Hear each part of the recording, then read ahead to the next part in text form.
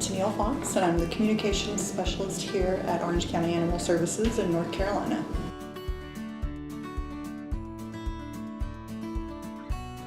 This building was built in 2009, and it's, as you can see, it's a really nice facility. It's such a beautiful work of architecture, and I'm so glad that we have it because we kind of want this to be a destination for people. We want the community to be involved, and we want to change everyone's attitude about shelters in general. I think it's a really nice place to come. If I'm not mistaken, 2005 when we became a part of Orange County. Before that, we were more an APS, like an Animal Protection Society. After that, in 2009 is when we moved to this facility. We were in another spot.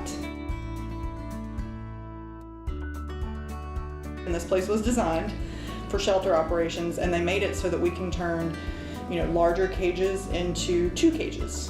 And that goes for dogs and cats, and I can show you a little bit about that, but they will section off when we absolutely have to, and otherwise we open them up to give animals more space, which is a really nice thing to be able to do for them when we can. You'll see some of the design work.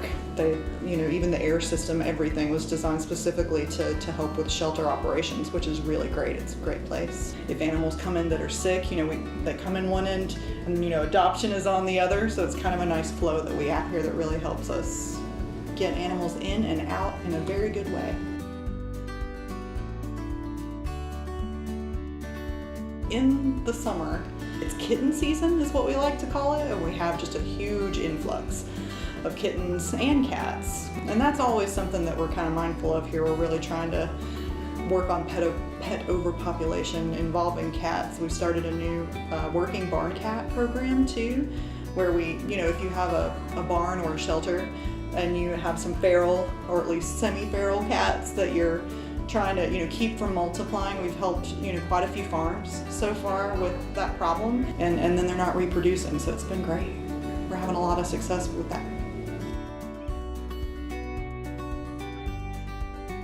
We have about 35 employees that are full-time here at Animal Services, and I do believe we have a few vacancies right now that we're still hiring for. We have about 300 active volunteers here at Animal Services, and their schedules do vary. They're not, full-time, but some of them work a lot of hours, so it's wonderful. We have people that start, volunteering here with their parents when they're 13 and under supervision, and then, they stay with it, and, they're here when they're in college. It's great.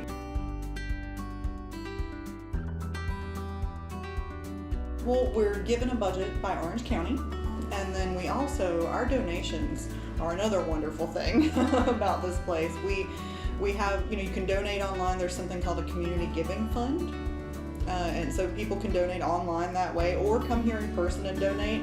And we have all day long, every day, wonderful people coming in with food, blankets, toys, money donations.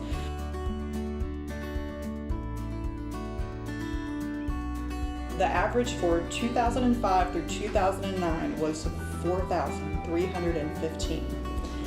And so as you can see, here we are at 2017, our last grand total at 2,700 or just over 2,700. That means those numbers are going down, and they have steadily been going down since then, which is great. It means that all of our work is paying off, because that's what we want in the community.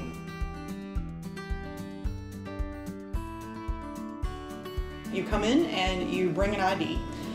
You sign in, meet with your pet. If you decide that you're going to give this a shot and this pet is for you, then you simply fill out a form, and they'll talk to you a little bit, offer you some introduction information, things like that, give you a little adoption pack, and let you know if there are any vaccinations that will be due and when they'll be due, things like that, and they'll send you home.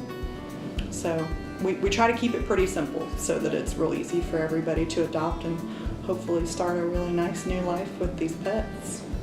Really getting the word out about successful introductions, I think, it helps keep our return rate down, because a lot of returns happen because pets don't get along, and it can sometimes be really challenging. So we have a lot of great tips. Our community is great, and we have a really good adoption rate here. For anybody that's thinking about adoption, we just push and then they come in and decide to adopt, which is great.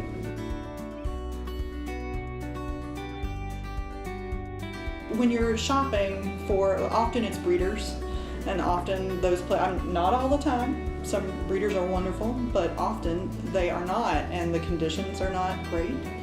Where these puppies are coming from, you've heard of puppy mills. Often that is where pet stores, get puppies. It just kind of depends. Getting a beautiful mixed shelter dog is, a really nice way to offer somebody a great home, and it's way less expensive. So another great reason is you're saving a life here.